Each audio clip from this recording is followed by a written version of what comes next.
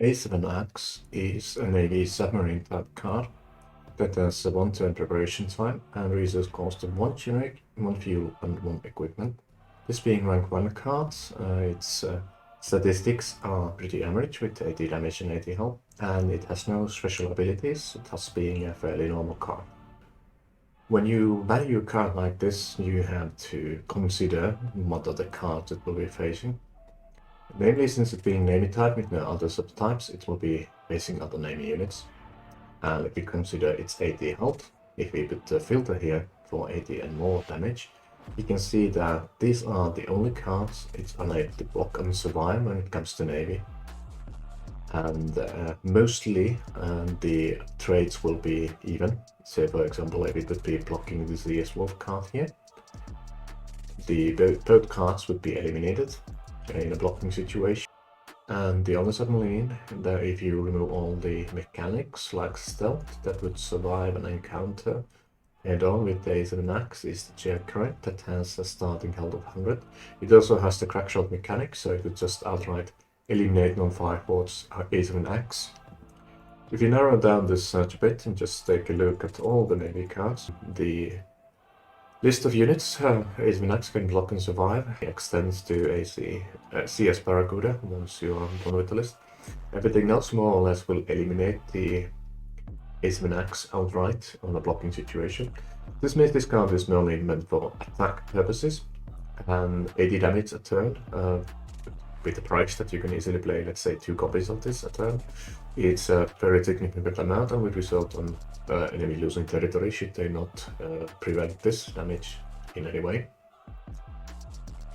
How to make A7 stronger, however, there are some rather formidable options. The easiest way to make A7 more compatible to other submarines is to fix its health problem. And if you don't want the fire force, there is territory called Cyclic Region, which increases all the sub-forces' health by 20 and that are present in your munition. This means that if we take a look at the pairs again, just by having that territory in your field, will automatically make it a match for all the other submarines in a blocking situation. It will still fare poorly against the other heavy air cruisers and Navy destroyers. However, it's worth mentioning that since, let's say, Kraken doesn't have stealth, the Axis will be able to block a single hit from Kraken, preventing 300 damage, as well as other heavy hitters like Dreadnought 6, which have a limitation that they automatically, in blocking situation, eliminate any non-sub or non-cruiser forces. Though they would still be able to prevent the damage, but still it's a good card to sacrifice considering you are preventing a hefty amount of damage from a way pricier cards when you do it. Simple way to increase damage on that card if you just want to do extra bit of damage for opponents, or just make them consider if they want to block the A7X or not. There is the strategic shift card, which only costs 1 generic resource, but has 1 moral penalty that increases attack by 20 for each force in your legion for this turn, which would pump the A7X's damage to 100, and now it would be much more dangerous thing to block in the grand scheme of things.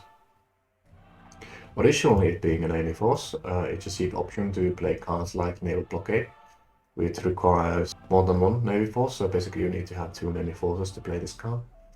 And this card prevents opponent from producing equipment resources on the next turn, and since equipment is the easiest to gain resource after generic, these kind of cards are really important if your opponents want to cheese a bit and so let's say go for equipment territory. Additional good thing to know is that since the A7X is a submarine card, it allows you to use the VMD called Surplus Attack, which is fairly expensive, with 3 generic and 3 fuel, but it allows you to eliminate all soldier and army forces and specific enemy controls. It has a requirement that you can only play this if you control a sub-force in your region, and A7 being a sub-force is a cheap way to get the conditions of using this card, right? So it's good to mention that should you put these cards ready at the same time, it would waste the sub-mass attack, since readying cards are technically not ready, so you would always have to have a face-up A7 or other submarine on the field should you want to use this. Then of course, there are cards like the Chico Port that allow you to play this card free. though it takes some amount of time to play this card, since it's 1 turn preparation and 2 turns for the skill to activate, unless you speed it up. This card also, though, increases the health of Navy forces in your Legion, so should you have this up. And if you combine it with the Nathan Smith, who has plus 20 hull bonus to all non-soldier forces, and it's when Axe being a submarine, this would also apply. So if you want to do something that is highly unrealistic to do, but it's pretty cheesy, just use the secret naval region, then combine it with the 4 copies of Nathan Smith, you will now have plus 100 health to the Ace Axe, then just play one of the earlier building cards, and you will have 190, and then if you fire force it, you suddenly have 200 health.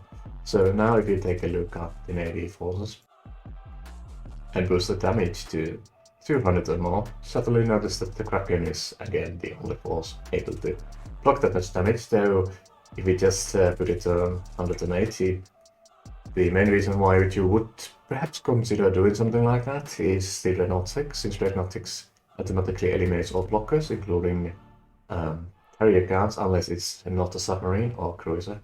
So A7 put on steroids like this would technically be able to block Dreadnought 6 in every situation and survive without its passive ability activating, which is pretty significant. And if you use other submarine forces and do something like that, you have a really annoyingly heavy blocking force, which you can use to make opponents' life hard. Also, since this is a fairly easy to get rid of card, it also means it's fairly easy to get back. For example, should it be eliminated, or should you eliminate Ace from that bonus side? And it goes to the discard pile. You can use Restore Vehicle to get it back from either your opponent's side or your side, because this card lets you find a specific discarded army, navy or air force with a turn cost of less than 2, show it into your legion, without any limitation on whose discard pile you are going to use it for. As for the leaders that go well with A7X, there's of course Bancroft, who entirely specializes on navy units. So as field and Admiral Bancroft, who has 2 abilities, namely subs, find a specific sub force in your arsenal, so we can put it in your legion. So Bancroft would be able to put this A7X on the legion 3 face down, since it's not ready, it's just put in the legion so it comes to play face down with the preparation time. Functioning as normal, though it doesn't require you to pay the cost. And the 500 ability, which has sub-attack for each enemy, eliminate a specific territory. After 4 sub-morses in your legion have stealth this turn. This also means that you could make A7X a stealth unit during the turn you use the 5-pointer, possibly allowing you to bypass opponent's defenses and eliminating the leader should you have compromised them with this ability. Baron Valorine is also a great choice, since he is allowed to find navy forces and put them on the player's hand, and also able to play up to 4 navy forces, which one can be any force, and 3 other have to be unique ones, so they cannot be same card, but they must have the cost time of less than 2, and of course A7X having cost time of less than 2, it would also qualify for this ability. So A7X is a highly versatile card that goes well with most of the leaders in this game as an additional defense unit. Alright, then let's take a look at counters, and we can immediately spot that this card has less than 80 damage and then 1 turn preparation time, so automatically all control mechanics and cards will function for this one. First one being of course the full critical path, which is a cheap way to get rid of any force that has less than 100 attack and preparation time less than 2. As well as Clever Hijack, which will just outright let you steal this card. It's a bit expensive solution though. There are, of course, destructive hijacking, which allows you to destroy the card and do its damage value, that being 80, to your enemy's territories, being also a rather expensive choice, but can at times take out the territory outright, depending on the situation. And the final one, of course, being the Brainwash and Equipment Recall. Brainwash being a control card, and Equipment Recall just flipping the card face down should you just want to bypass it in a blocking situation. There's of course the fabled Carbo Macada, which allows you to take control of a card that doesn't have stealth as a value less than 100 and turn cost less than 2, which also qualifies for the A7X. Same conditions also make this card vulnerable to Beak of Mechanics. Beak of course being a mechanic, where a card that is During a battle situation, able to block another card, not eliminate that card entirely when it's flipped ready. It's a single use ability, you basically use it or lose it when you flip a card over. There are currently 2 Navy submarines, CS Wolf, as well as the powerhouse AKX Ghost Hunter. They do have a big mechanic. And only a force that is able to theoretically block a unit, and land forces are unable to block Navy units unless they have a mechanic that allows it. And in case of set 1, there is no such mechanic that exists. You can also use all elimination cards that have hefty applies. There's the Kinetic Space Strike as well as the Orbital Sun Cannon.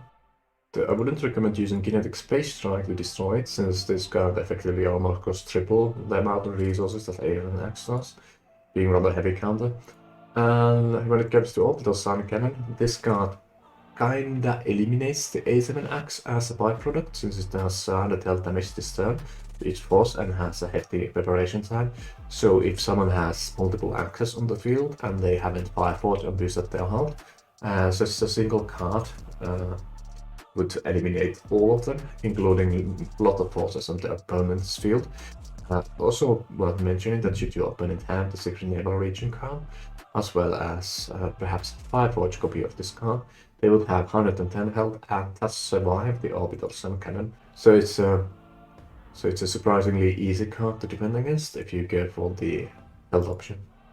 Also, the ability to be easily controlled can be a benefit, since this basically is a tempting bait for your opponent to take control of, so they might spend a control card they would rather use something else later on the axe, just because it's so easy to do. That's generally true for all the simple units on this game. They don't have any special quirks with them. They are easy to control, so it would be often tempting to just do that, despite the situation. Let's sum this all up. A7 Axe is a pretty cheap rank 1 card that you can easily play multiple copies of on the field that has 80 damage and 80 health. If you Fireforge it, it's able to defend against most of the submarine forces and survive. And if you boost its health, it can, even at extreme cases, defend against almost all Navy forces.